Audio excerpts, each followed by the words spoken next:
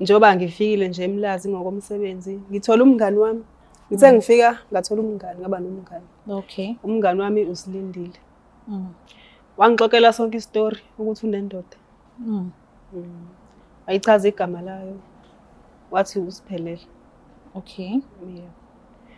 Uthe mangichazela istory engibekela nje zonke inkinga zakhe nendoda yakhe. Nanokuthi ke akayithandi nje ufuna imali kuyena. Okay. Nje kwangiphatha kabuhlungu lokho. Kwangiphatha kabi. Because ngiyabona ukuthi uyamuse.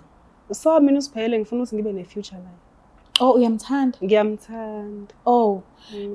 Ubusu mhlambe usunesikhathi singani noma usumazi kangakanani ubhuti? Ngicathi since ngafika. Unyaka uyaphela belokho engixoxela izitori.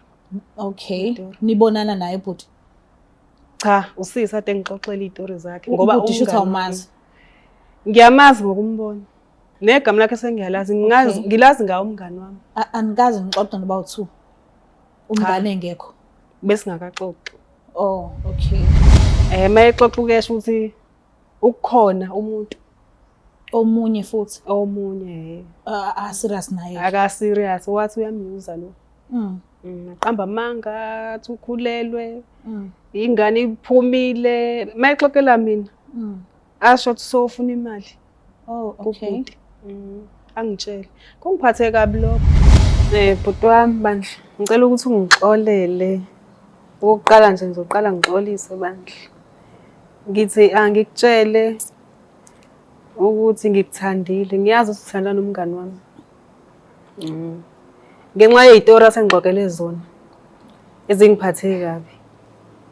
Ngicela ukuthi bandla ngibe nesicelo sokuthi ngithanda nawe because ngifuna ukuba ne-future nawe. Ngibona indlela nje akuphethe ngayo nezitori angixoxela zona nje.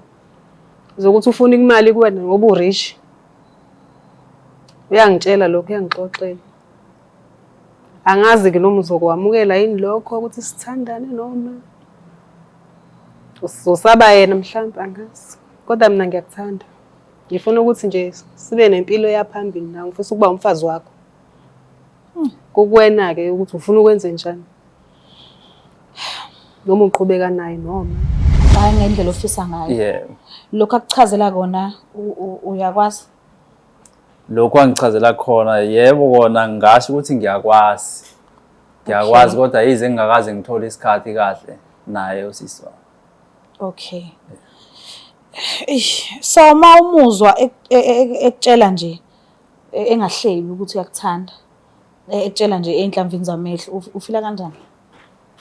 Yebo akukho izwe nasisi wami lokho ukuthi ngikwamukele cause esikakhulukazi umngani womuntu wami wentombi yami. Manje njengoba esisho ama feelings wakhe ngami yebo khona ngiyamuzwa kodwa kungcono ukuthi kunesizathu. Okay. Akhona angitshela khona ukuthi isizathu yilokhu nalokho. Yebo ke sisi wami ngiyakuzwa ngemizwa yakho ongitshela yona. Futhi angiyinqabi futhi ngeke ngikwazi ukuthi ngihlale endleleni yakho ngendlela ongitshela ngayo.